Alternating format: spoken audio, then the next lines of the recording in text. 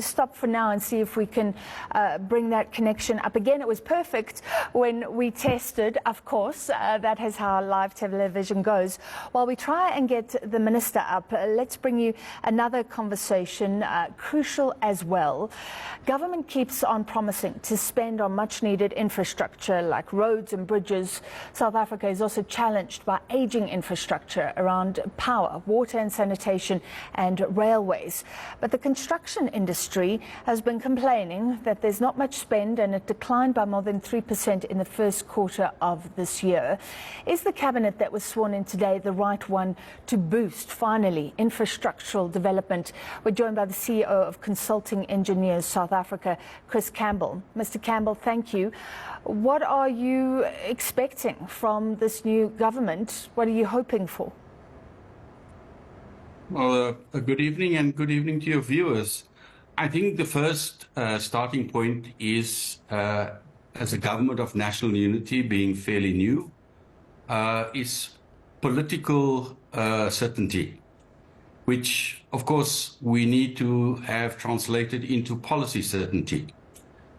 Along with that, we need to look at what do we need as a country, and if we focus on infrastructure, we need to move away from what is winning votes right now to delivering, simply all shoulder to the wheel and delivering, both in the maintenance aspects of the infrastructure that we have, world class, but now really going downhill. But then, along with the certainty aspects, is the encouragement of investment in larger projects, which in both cases serve the purpose of short-term job creation, and certainly the larger project investments will lead to long-term job creation, not only in the construction sector, which is direct jobs, but as we grow and develop more economic infrastructure, so it catalyzes other sectors of our economy, tourism. People move about more often, and more manufacturing establishments are set up. Yeah, we know that the exporters have been complaining about what's been happening at the port. And I mean, we've got the ports, the roads, the railway system falling apart. What are the big vital projects we should be looking at right now? So I think very importantly, we need to look at, unfortunately, it would be great if we could say, let's just look at these. Right now, we need to look at concurrently, what are your crisis issues that relate to your economy, and that's your transport systems, your rail ports. Certainly, there's a need for speed on the pronouncements even before the elections. Around Transnet, a lot of positive signs, but we need more speed, and similarly in the ports, same thing needs to happen.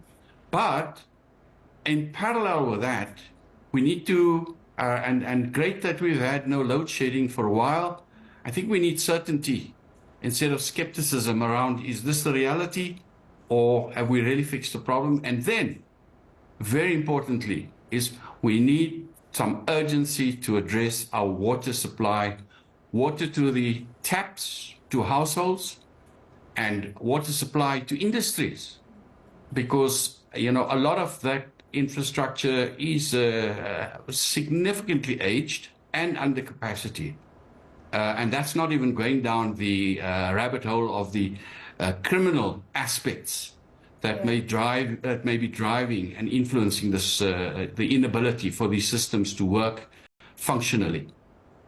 And what is government's role? I guess on the big projects, government is the driver, and we have been talking about public-private partnerships. How should it be working? Well, I deliberately started your first question around political certainty and policy certainty. Now, if we can tick those two boxes significantly, then there would be no question about the appetite for private sector to be investing in the infrastructure because government simply does not have the fiscal capacity to do that on its own. But of course, that private sector funds belong to people's pensions. So you cannot put it at risk. And if we have that, we can then enter into an era of public-private partnerships, both through investment, and then the other aspect which may limit delivery is where we have capacity constraints within government, within the local government sector to deliver on these, partner and utilize industries, the construction industry, consulting engineering industry, to fill in the gaps where there are these shortages of technical skills at these levels. Because it's not, doesn't help to have all the money, but then you don't have the people in place to deliver. And we should look at how best can we use our resources that we have here at home before they are all cannibalized by other countries who are also pursuing economic growth through infrastructure development and are also resource constrained. Yeah, we have to move. We also hear at a lower level, local government has to approve building plans, for example. Are there significant bottlenecks that you think could be easily dealt with? I certainly do believe so. But again, that's where the public-private partnership should manifest itself not only in the form of the financial direct investment, but in terms of capacity and warm bodies.